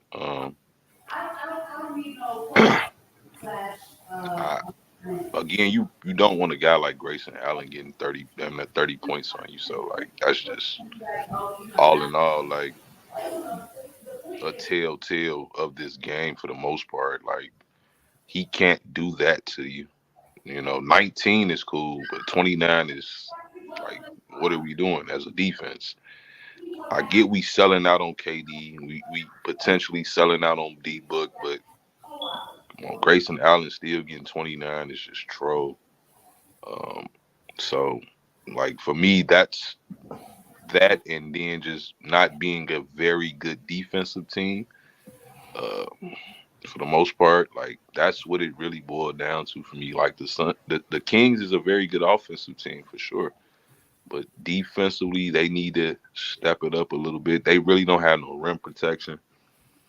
And what's his name? Keegan Murray. I think that's like the best defender. Him As of and right what's the now, other kid name? Davion Mitchell or whatever. Like, Davion. Yep. yeah, Keegan like, Davion and Chris Duarte are really their main their best main defenders. I don't even think Davion healthy right now. So like he didn't play in that game. So again, like it just boiled down to the Kings not really being a good defensive team, and they clearly showed it by not letting a guy like Grayson Allen almost get 30 on you basically. So like I get it, shit happens in the NBA, but like that's just something that you can't expect to happen. And on top of you playing a guy like Kevin Durant, Devin Booker, like you can't let that guy get off either. Like it's okay for Kevin Durant to get off because he's Kevin Durant, but like Grayson Allen, nah, you can't let him get off. Mel? I'm gonna piggyback on what he said about Kevin Durant. No, Kevin Durant was ass. He got let off the hook. He did. Like they ended the game on a 23-4 run. Like as the Kings can't allow that. You can't allow that to happen. And the great, with Grayson Allen doing what Grayson Allen was doing, like the fact that Kevin Durant was on the court, but Grayson Allen was doing what he was doing is ridiculous. And I think the biggest part of outside of the non-defense that the Kings was playing, Malik Monk was way off. Like they rely on him to be that, the fire starter off the bench. And he was wet noodle for most of that game. And that's the game that the Kings should have won. They should have won it. Like there was more than enough opportunity for them to take this game and win it. Lack of defense, lack of awareness. This wasn't in a thing where KD was basically, I'm gonna strap this on my back and we're gonna do this type of thing. It was just, Kings just folded. Simple. So just to piggyback a little bit off what Mel said to end this segment out, KD scored 15 points in the fourth quarter. No, but that's it was a very good game. But listen, no. Don't get it twisted. He only had, how many points did he have in the whole game? 27. Right. So when I said he was ass, the game was out of reach. The fucking Kings just started shitting themselves. The game was done. He wasn't doing nothing. See that? You can't. No, see the thing. It's like what it's. And all I'm saying is, in the second half, KD went 6 for 12, 50% from the field, 4 from 8. All of that came in the fourth quarter when the game was out. This is the second half, the full complete second half of KD's game. How many shots did he take in the fourth quarter? How many shots did he take in the third and the fourth quarter? 6, 12, 50%. 4, how many 8, shots did he take in the fourth quarter? 4 from 3-point line. How many shots did he take in the fourth quarter? 20 points. How many shots did he take in the fourth quarter? 20 points. So how many shots did he take in the fourth quarter? I don't know. I got you. He took 7. Took 7 shots in the fourth quarter. Right. And you said how many shots did he take in the second half? He took 12 Okay, altogether. yeah. So he took 5 in the third quarter. That's still fine. In the second half, he still had 20 points, 4 rebounds, the and Kings an assist and 2 blocks. The Kings took their foot off the gas. I'm not saying that they didn't, but I'm also saying that when they needed somebody to score in the fourth quarter, KD gave him 15 points. No other player gave him double digits in the fourth quarter. Grayson Allen was the one who Grayson Allen in the fourth quarter. Yes, in the game. I even wrote that down. Grayson Allen is keeping them in the game. I wrote that down twice in my notes. But I'm talking about Grayson Allen doesn't do what he does. It doesn't matter what KD does. 100%. No, 100. I'm not taking nothing off of Grayson Allen. This wasn't. But what I'm saying is, you're saying he was ass, but in the waning moments when they needed KD the most, their best player, he stepped up and gave him 60 points. Shit the bed. You could say that, but two things could be true at once. If you want to. Two things could be true at once. Grayson Allen gave you 6 points in the fourth quarter. KD gave you 15. So, if we want to talk about Booker's 0 in the fourth quarter, we can talk about that. If we want to talk about Bradley Beal's 4 in the fourth quarter, we can talk about that. If we want to talk about how bad Bradley Beal was altogether, we can talk about that. But we're not going to see here. We're not going to see him make it out like KD was so trash. I know Bradley Beal was going to be dumpster juice. It's just that everybody likes to give Booker gave you 16. Booker gave you 16. Bill gave you 13. KD gives you 27, and he's just ass. Yes. No, I'm looking at Booker and Bill. Because where are you guys at? Because for the first 3 quarters, he only gave you 12. We don't care about plus minus. Without Eric Gordon, they don't win the game. So we don't hit 2 key threes. Like Bradley Beal negative 12 plus minus. I don't know what we're doing here. What was KD? -5? -4. There you go. Same shit. I don't give a fuck. He made up in the fourth quarter. He made up for what he gave up in the other quarter. I'm not saying KD played tremendous. Like Grayson Allen didn't outscore him. Grayson Allen went the fuck off. He went 9 for 14 from 3. Like Buwap said, wasn't a KD you're not going to do that. That's not what Allen's not going to do that. Not even 5 times out of 10. Hey, he did it that night. Twice out of 10. 100%. But this is what Grayson Allen has in him. But if I can get to my breakdown of the game, I ain't interrupt nobody. I'm getting interrupted. My bad, because you started off talking shit to me. So no, I didn't say that. I just corrected. I just piggybacked off what you said. Like you piggybacked off of what Buwap said. I wasn't talking shit to Buwap, though. I wasn't talking you shit. You said he was ass. I wasn't talking shit to you either. I just said to piggyback off Mel. KD dropped 50 points in the fourth quarter. And then I went to go on my soliloquy. It was being very condescending. Anyway, that's fine. Condescending is me. But just let's not get asinine up here. Let's just not get asinine. Right, Grayson Allen, great fucking game from Grayson. I watched him, find his spots there. I like what the Suns are doing with Grayson. They're turning him into a set spot up shooter. Feet set already, ball come, shoot that thing. All right, Grayson has that. The ball come, shoot that thing. Like ain't no pause, nigga. Ain't no pause. Fuck your pause. Why am I getting all these interruptions? Why am I getting all these interruptions? Can I talk? But anyway, you do get a collection. You get 13 from Eric Gordon, 16 from Booker, 13 from Bill, which I don't like those last 2, Booker and Bill. Nurkic gives you 10. You get 27 from KD, 29 from Grayson Allen. Grayson Allen had a great fucking game. KD did struggle. He didn't score his first point until the second quarter. They were down by 16 at one point. You would think the game is over. Like my co-host said, the Kings really didn't keep that defensive pressure up towards the end of the game. It's like they ran out of gas. And if we know anything about the Suns, they're going to start scoring the ball. If you give them opportunities to. If we go back and we watch the first quarter, they had a lot of wide open shots. They were just missing the shots. We go back to the second quarter, we see the Suns with some good wide open shots. Besides Booker forcing a couple, I think Bradley Beal forced a couple shots. I think KD took a couple of bad shots where you got to definitely move the ball a little bit more, find a better shot, and don't over move the ball. I think they were doing that a lot too in the first quarter. I think in the first 2 quarters, I think the Suns were overly moving the ball, trying to somebody give up the ball to get a good shot. I think you need to find who you're going to give the ball to. It shouldn't be that much one-on-one ISO. You got 3 great scorers on that team.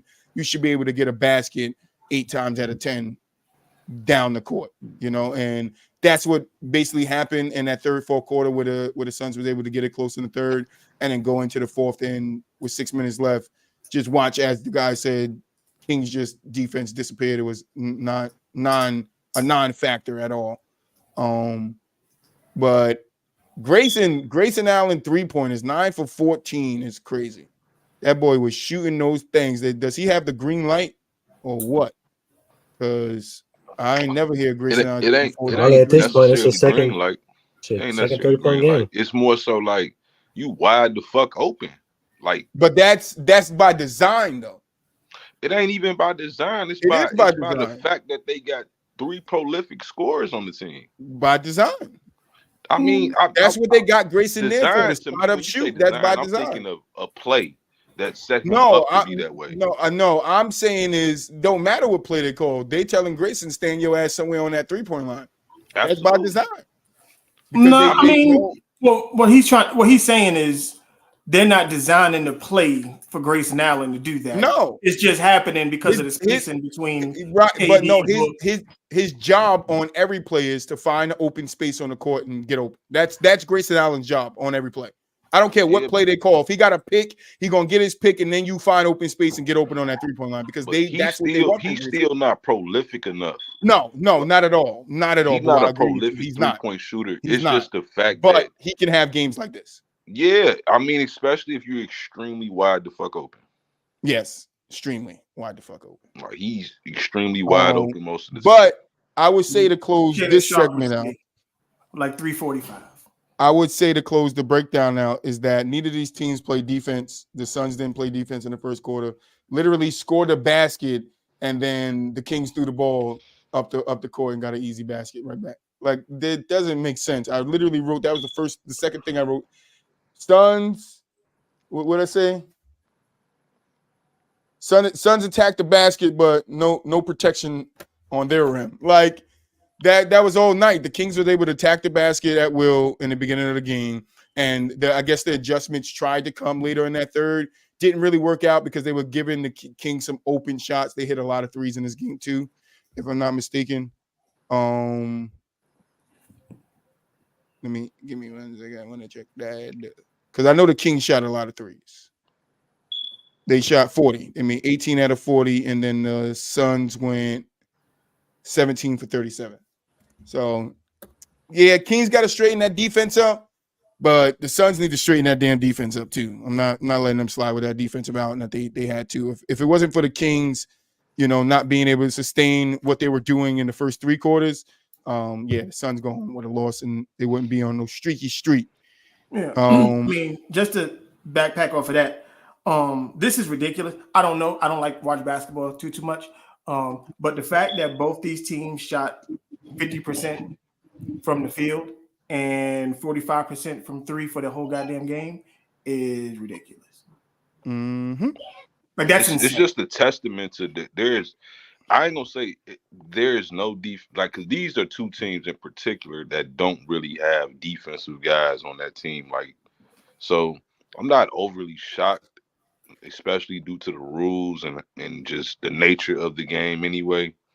But this is also some of the reasons why you see a team like the Kings, who were, I think they was the 3rd seed last year, right?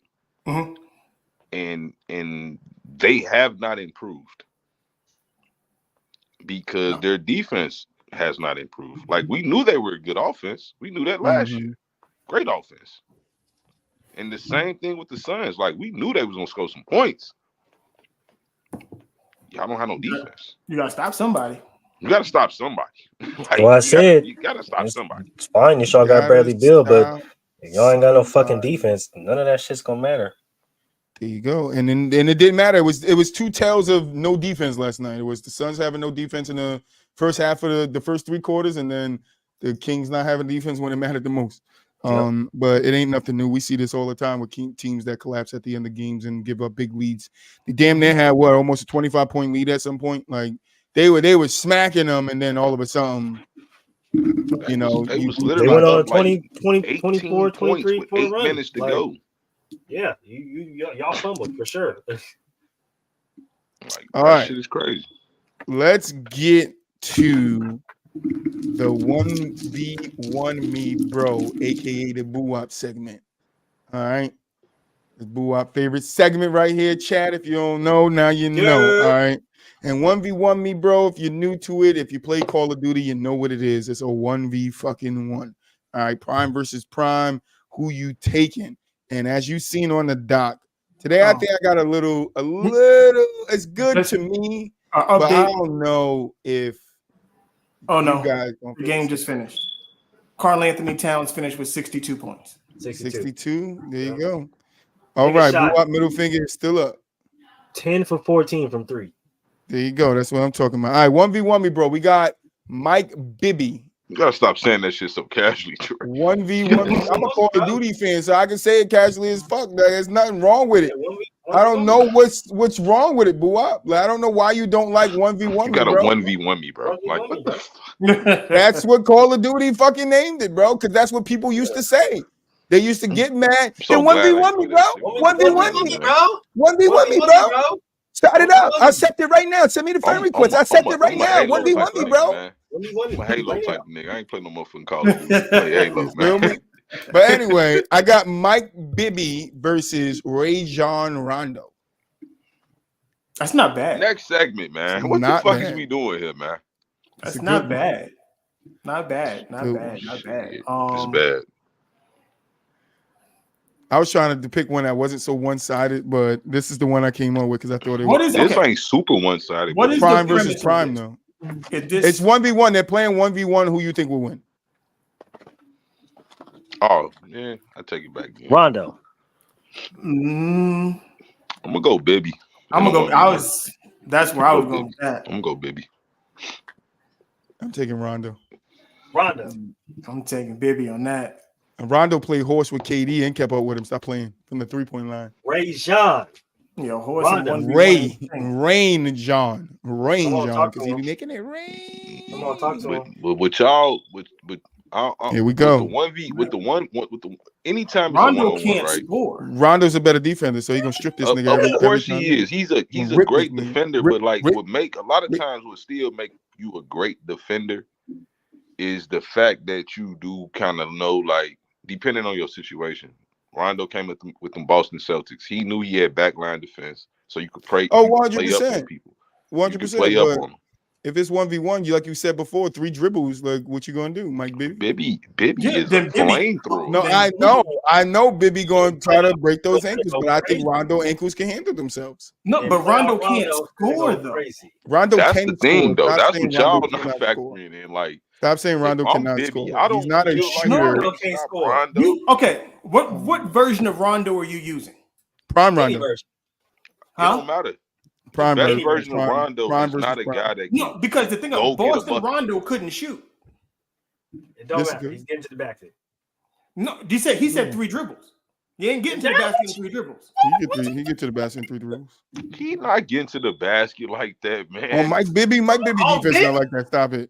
Bro, stop it. Bro, we're not talking about Bibby right now. We're talking about Bibby back in the y'all day. looking at Rondo as somebody that y'all ain't never really seen Rondo ISO nobody. He not ISO. I seen him But ISO. he go ISO Bibby though. I seen him ISO. He definitely gonna ISO the shit out of Bibby.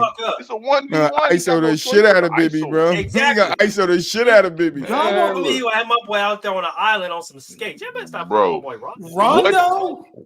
What? Y'all think he Kyrie? What kind of handle y'all think Rondo got? Them long ass arms. He finna be up here with it and He one. still got a dribble with them long ass motherfuckers, and he can't. He got some dribbles. He don't need to break him out his ankles, but he got some dribbles. Okay. So if it's 3 dribbles, bro, you don't need to break more him out than his likely, ankles. bro. He gotta. All Rondo need to do is do his fake pass. Bibby, bro. If I'm do his fake pass on him, it's over. You do his fake pass on him, it's over. I'm checking him. I'm checking Rondo. I'm checking Rondo at the free throw line. I'm gonna throw the ball right back at him.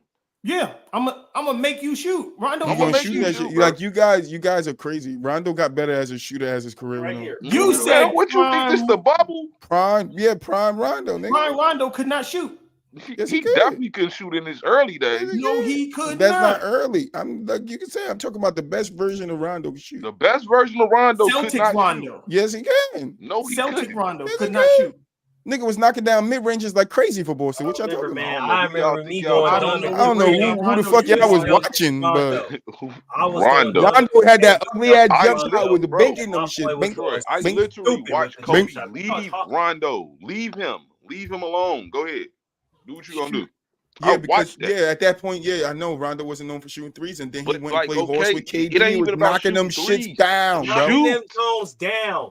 Knocking them down with KD, one of the best shooter ever to play with the game. This nigga is standing next to this nigga, shooting threes and knocking them down with KD. In what game? Go pull a tape up. Pull a tape up. They played horse. This nigga is knocking them down. I didn't know Rondo could shoot. What playoffs are you talking about, Troy? I didn't say playoffs. I said it was. I said Ben Simmons why was y'all shooting niggas not threes in listening? practice. Why y'all- listen. It was. I don't know if it was All-Star Rondo weekend should be or what it was, but KD and Rondo had a matchup. It wasn't even KD and Rondo. It was like 5 niggas. They played horse. The last 2 niggas standing was Rondo and KD, and Rondo and KD was going at it, shooting threes, bro. That's all I'm saying. Y'all saying he cannot shoot. You saying he cannot shoot. Stephen A. He Smith can made shoot. 17 jump shots. Stephen A. Smith cannot make no motherfucking. Did you bring up a horse game? I said it from the jump. That's what I said from the jump. I don't know why y'all niggas not listening to me, but I said that from the jump. Yes. I said Rondo was knocking them fucking down. I'm taking Rondo. Bro. Okay, so the toe with KD and horse, nigga, and all they doing is shooting threes. Nah, I don't want to hear this. Yeah, but I'm saying though, like if we're going on 2 hours. We're going on 2 hours. With no defense. I'm not finna even run at that. I'm gonna live with that, bro. Like I got Mike Bibby. Rajon is missing We more than talking this about hitting. Mike Bibby from back in the day, not Mike I got- Bibby who's right I got here Mike right Bibby. now. We talking about Mike Bibby who back in the day Mike was Bibby shit in like his me. prime. Mike Bibby I in got his Mike prime is a Is elite cooking scorer Rondo. compared to Rondo. Like he's an He elite is. scorer compared to Rondo. I used to go crazy with Rondo on 2K. Give me Rondo. I can go crazy. I used to go crazy with Kyle Korver. What the fuck that mean? But Kyle Mama, Korver was a I'm shooter, taking though. Kyle Stop too. playing with Kylie. I go Like, crazy I'm with like, Gerald like, we Green. talking Y'all, about you a see, y'all 1v1. picking We out, y'all basing this picking off guys state that can do it. strength. I'm talking about Gerald Like, Green. I'm bro, thinking, nigga. Bro, if we basing this off stage strengths, bro, a Rondo 1v1 defense versus Rondo not defense versus Mike Bibby's ideal offense. for a guy like Rajon Rondo. Rondo is better than a lot of point guards. That's why I Like- put him against Mike Bibby. Like he one of the J Kid top would have torched 15, him. 20 point guards to probably ever play the game. Look. J Kid But at- torched Rondo. But at Steve the- Francis what? torched Rondo. You said Stephon who? Marbury torching Rondo. I didn't know who to put this together yet. I mean, a lot of niggas is torching. Rondo is not a good pick in a 1v1 though. Like No, that's I think this was a good one. Defense versus offense. Hey man, Yeah. I'm taking Rondo. I don't care. No, I'm this taking my ain't a Bibby. good one. Like, cause like I think It is to me. personally, It's a good one. I think personally, like it's a good one far as name, but like in a 1v1, bro, like the more offensive savvy player is probably gonna win. Yeah, Rondo can steal the ball and run to the rim and get layups. Nigga. He's not just stealing gonna the shoot. ball Yes, from he Mike is. He's Bibby. ripping the shit out of Mike Bibby, bro. He's not ripping. I'm Mike taking Bibby. Mike Rip Bibby. that He nigga, ripping the man. shit What out you of Mike talking Bibby. I'm about? taking He's Mike not Bibby. ripping Mike Bibby, dog. He is He's taking ripping Mike Bibby. Bibby Mike cookies, Bibby. bro. Taking What them y'all cookies, talking about? nigga. Y'all crazy. But anyway, Boo Up, you doing your in the post? Who? Boo Up, you doing your in the post? Fuck, I'm doing in the post, bro. What the fuck is y'all talking You about? got a 1v1 yourself. What the fuck? I ain't even got a topic, goddamn. This is why you need to pay attention to the chat because when I told you my asked, Telegram fucked up right nah, now. I said who got the one. I said who got done the in the told you that, post. Troy. DJ said Boo Up got it, so I wrote Boo Up name I down, don't bro. know why you listening to DJ. I love you, DJ. I don't know what the fuck going on though. You know what I DJ mean? said Like, you haven't what's done it in going a while, man. on? Listen, man. All I right, don't have no I fucking crossed it topic. out anyway because I know you didn't have a topic. I'm just fucking with you. That's But, good, Troy. I know you Yeah, got my back. I'm taking Rajon Rondo. But I got a question. I didn't get to ask the question at the beginning of the show because you guys wasn't here, so I'm gonna ask it now, and you guys can answer now. And this is how we're gonna close the show out today. All right. If you can change the outcome of one championship, which championship would it be? Oh man, that would be easy. No, it wouldn't. Let me see.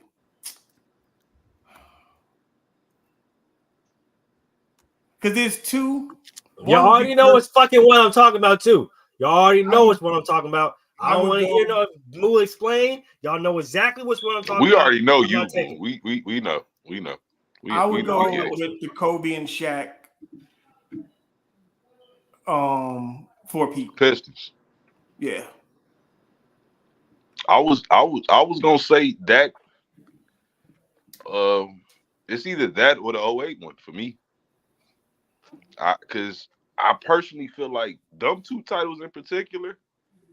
They changed I everything. don't know what they did for the other team's players respectively. Like, don't get me wrong, I get Paul Pierce won the Finals MVP, but I still think he was going to the Hall of Fame with or without that. He was still going to be probably considered one of the 75 best players still with or without that. But for Kobe, it would have did a lot. Yeah, we're having different conversations. Yeah, it would have did a lot. You got 6 rings. You know what I'm saying? Like it would have did a lot. It would have made probably he's gonna win Finals MVP. So now he got 3 Finals MVPs, 6 rings. Like it would have did a lot for Kobe. So like And for me, to like have that's and not have. See, the thing about it is, like Mike got 2 3-peats, but nobody's won 4. They would have won 4. Like that's no, that wouldn't have been a 4-peat. No, Bill did. no. I thought that was the 4. No, the Spurs won the year before. That would have been their No, They just been 4-0 in the finals. Oh, that would have been the 4th one. Yeah, they would have been 4-0 in the finals together. But then Okay, Bill that was go Bill went on like 5 straight, didn't he? Bill did 4 straight. Yeah. I think I know he did something 4 straight. straight. He might have been more, but I'm for sure he did 4 straight. Did something Okay, straight. I thought. Okay, I forgot the Spurs won that championship in between. Yeah. Okay. Yeah, if I had to change one, it's the second matchup, Boston versus Lakers. Now Paul Pierce got 2 rings. Well, then I would 2 change the Finals other one because then MVP. Kobe would have had 2 3-peats. There we go. We go down. Yeah. Paul Pierce. Then talking about what Boo talking about. Paul Pierce beats the Lakers twice. His trajectory is definitely skyrocketed. 2 championships, 2 Finals MVP, and he beat Kobe. Now Kobe trajectory is still the same. He goes on win 5 championships. I think people definitely look at that like, yo, Paul Pierce beat him twice. Biggest game, won but Finals MVP. He was the best player. I think that definitely would have changed Paul Pierce's trajectory, and we could have hold him in a lot more conversations than we could hold him in right now. Yeah, that's true. I mean, yeah, it definitely changes his trajectory. It changes a lot of niggas' trajectory. Kevin Garnett. I'm just looking at main people. I don't know if it really changes Ray Allen's career. I mean, if everything stays the same, I think Paul Pierce doesn't. I think he's still.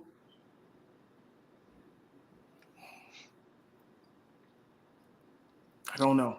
I think he still would have been relatively viewed as the same player, though. Right. I think he still stays the same.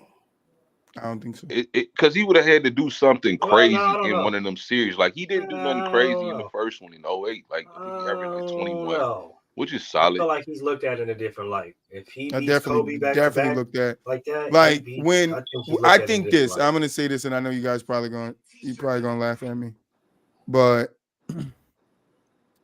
if Paul Pierce wins that, if they win in 10, and Paul gets another Finals MVP, the way people laughed at Paul Pierce when he said he was better than Wade, I don't think he getting as many laughs as he got.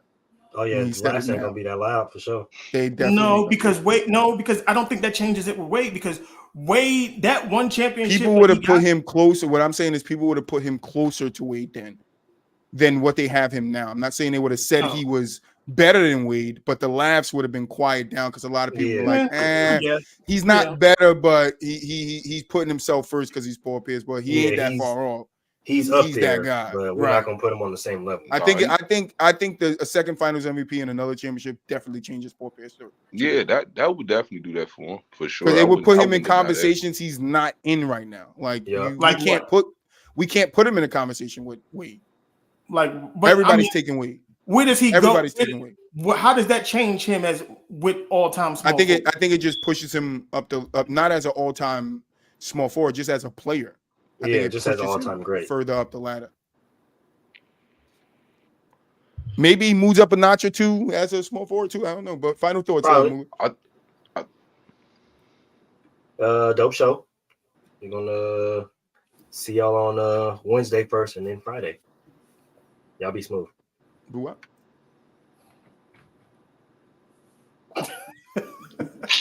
Mel. You said what? Final thoughts, nigga. This nigga just shit, looked nigga. in the camera like, that's my Drunk final as thoughts hell. right there, nigga. That's my final. He said my final thoughts is in here, nigga. Is Good. in here. He said I that said shit I is was up going. here. I got Moolage with the same look now. I'm gonna freeze that. Y'all know I'm gonna make what's Blue Op going a goddamn meme too. There you go. Shit, if we was still on Twitch, nigga, I would make him into emote. on. Hey man. See Mel, y'all final Monday. thoughts. Thanks for having me. You know, I came through for a little bit. The whole damn show. Fuck that. It's always fuck LeBron. It is what it is. Did this nigga say thanks for having me like he not one of the brothers?